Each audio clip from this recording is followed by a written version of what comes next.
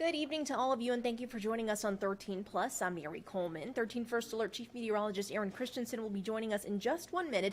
But before she gets here, let's talk about our story for this evening. If you upgraded some of your electronics this holiday season, it's time to get rid of the old stuff. Did you know you can recycle e-waste? Susan Campbell shows us how.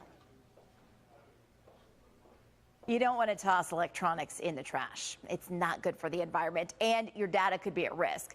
But there are lots of ways to recycle those old computers, phones, cords, and cameras safely. This was probably worth a lot of money. So is this. We use a lot of electronics. We upgrade often, and e-waste is piling up. There's only about 12% of electronics inside of our landfills, but they make up 70% of the harmful toxins inside of our landfills.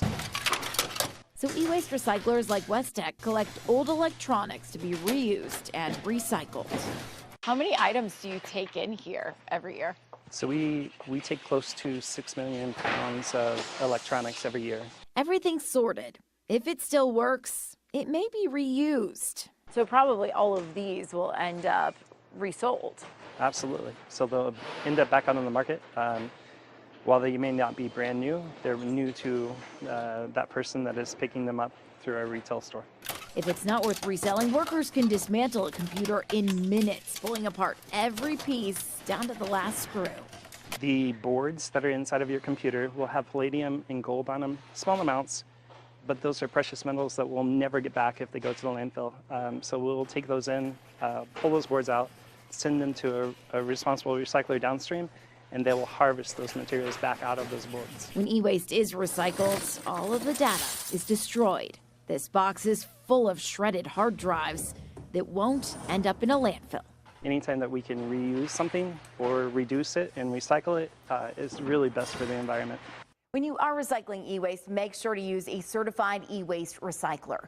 Earth 911 can help you find a location. I'm Susan Campbell.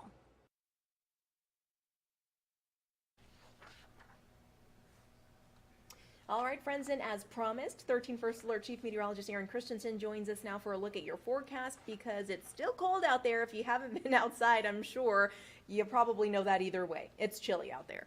And we have another freeze warning, so we've got another first alert action night. Okay. But the area of coverage has shifted just a little bit by the National Weather Service. So, generally speaking, they'll issue one freeze warning, and then they just kind of consider you warned for the remainder of the season. Sure. So areas east of Tucson are still going to freeze, but they're not under the freeze warning tonight because they've had a couple of freezes already. So they're in the swing of things, whereas Tucson, we have had a few areas that have reached 32 degrees, a few that have been sub-freezing, a few that have been just above the freezing mark. So National Weather Service says because it hasn't been a widespread freeze, they are still issuing those warnings until that occurs. And that might end up happening after tomorrow night. Take a look at the lows on the way. We've already had 2 nights pretty darn close to freezing in Tucson. We've got another one tonight, 30 degrees, another 2 Saturday night, again Sunday night, and then Monday night at 33 degrees. And yes, a lot of folks still making sure they're covering up those sensitive plants.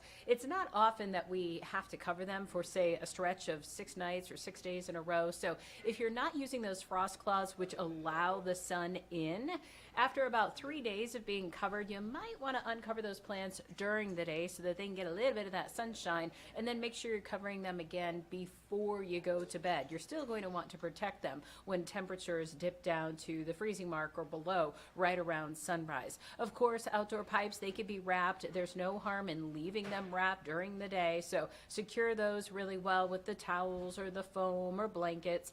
And then, of course, people and pets have to be indoors. For Tucson overnight, 30 degrees with those clear skies. That'll put us 11 degrees below the normal mark.